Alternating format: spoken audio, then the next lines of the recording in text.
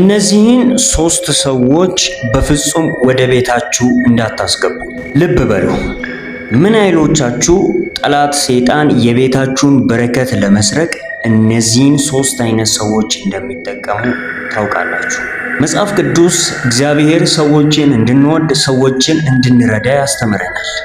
ሆኖም ግን ወደ ቤታችን እንዳናስገባቸው በጥብቅ ያስጠነቀቀን ሶስት አይነት ሰዎች ግን አሉ። እነዚህን ሰዎች ወደ ቤታችሁ ካስገባችሁ በኋላ በረከታችሁ ሊጠፋ፣ ሰላማችሁ ሊናጋና ሊታወክ እንዲሁም ደግሞ ቤተሰባችሁ ሊፈርስ ይችላል። ዛሬ እግዚአብሔር በቃሉ በግልጽ ያስጠነቀቀንን እነዚህን ሶስት ሰዎች በደንብ አርግተን እንመለከታለን። እስከ መጨረሻው ተከታተሉን። በተለይ ደግሞ ሶስተኛው በብዙዎቻችን ቤት በወዳጅነት ስም ተሸሽጎ የሚገኝ ትልቁ የጥፋት መጋረጃ ነው። ይሄ ቪዲዮ ለብዙ ሰዎች እንዲደርስም ላይክ አድርጉ።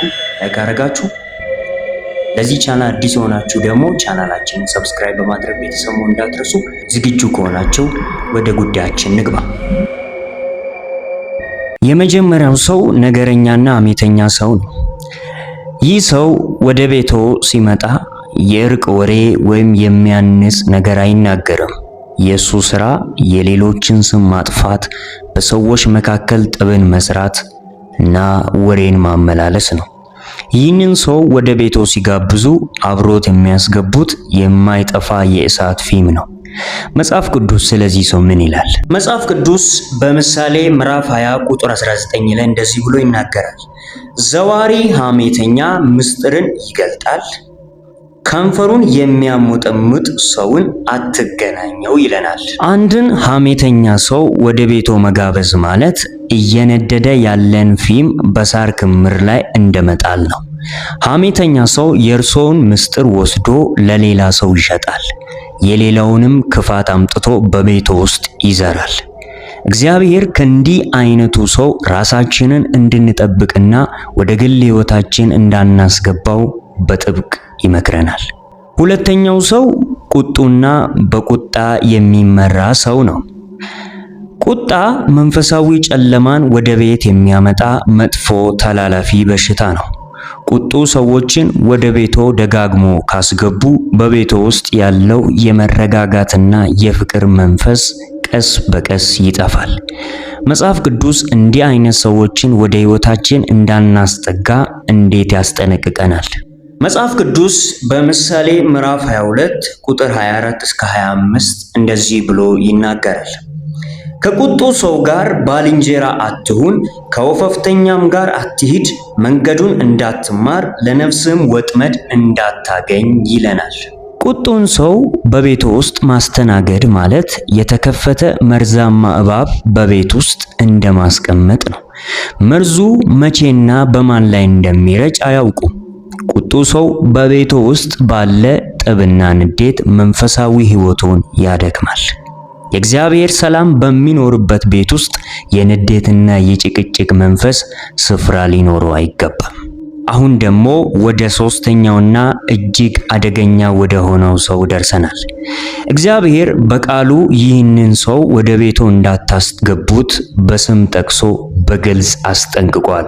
እርሱም የእግዚአብሔርን እውነት የሚቃወም በክፋት የተሞላና አሳሳች ሰው ነው። ይህ ሰው በወዳጅነት፣ በዘመድነት ወይም በጎረቤትነት ስም ሊመጣ ይችላል። ነገር ግን ዋና ዓላማው የእርሶን እምነት ማላላት፣ ቅዱስ ስነ ምግባሩን ማበላሸትና በቤቱ ውስጥ ኃጢአትንና ዓለማዊነትን ማስረጽ ነው። መጽሐፍ ቅዱስ ስለዚህ ሰው የሚሰጠው ትእዛዝ እጅግ አስደንጋጭ ነው። መጽሐፍ ቅዱስ በሁለተኛ ዮሐንስ ምዕራፍ 1 ቁጥር 10 እስከ 11 ባለው ክፍል እንደዚህ ብሎ ይናገራል። ማንም ወደ እናንተ ቢመጣ ይህንንም ትምህርት ባያመጣ በቤታችሁ አትቀበሉት፣ ሰላምም አትበሉት። ሰላም የሚለው ሰው በክፉ ስራው ይካፈላልና ይለናል። ይህ ማስጠንቀቂያ ምንኛ ጥልቅ ነው! አንድን የእግዚአብሔርን መንገድ የማይከተል ክፉን ነገር ወደ ቤቶ የሚያመጣን ሰው ሲቀበሉ የነፍስዎን ደጅ እየከፈቱ ነው። ይህ ሰው በቤቶ ውስጥ ሲቀመጥ የሚናገረው ቃል፣ የሚያሳየው ባህሪና የሚዘራው ጥርጣሬ የልጆችዎንና የእርሶን መንፈሳዊ ሕይወት ይመርዛል። ውድ የእግዚአብሔር ቤተሰቦች ቤታችሁን ጠብቁ። ሰዎችን መውደድና መርዳት ክርስቲያናዊ ግዴታችን ቢሆንም ወደ ሕይወታችንና ወደ ቤታችን የምናስገባቸውን ሰዎች መምረጥ ግን የመንፈሳዊ ጥበብ መገለጫ ነው። ዛሬውኑ ቤቶን ይፈትሹ። ከነዚህ 3 ሰዎች መካከል በቤቶ ውስጥ ስፍራ የሰጡት ሰው አለ? ከሆነ ዛሬውኑ በጸሎትና በጥበብ ራስዎን፣ ቤተሰቦን ይጠብቁ።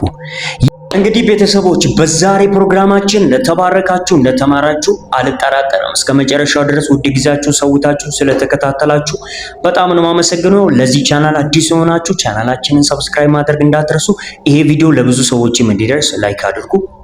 እስቲ ኮሜንት ላይ ደግሞ አሜን በማለት እንድትጽፉ በጌታ ፍቅር ጠይቃችኋለሁ። በቀጣይ ጊዜ በሌላ ቪዲዮ እስከምንገናኝ መልካም ጊዜ ይሁንላችሁ። ተባረኩ።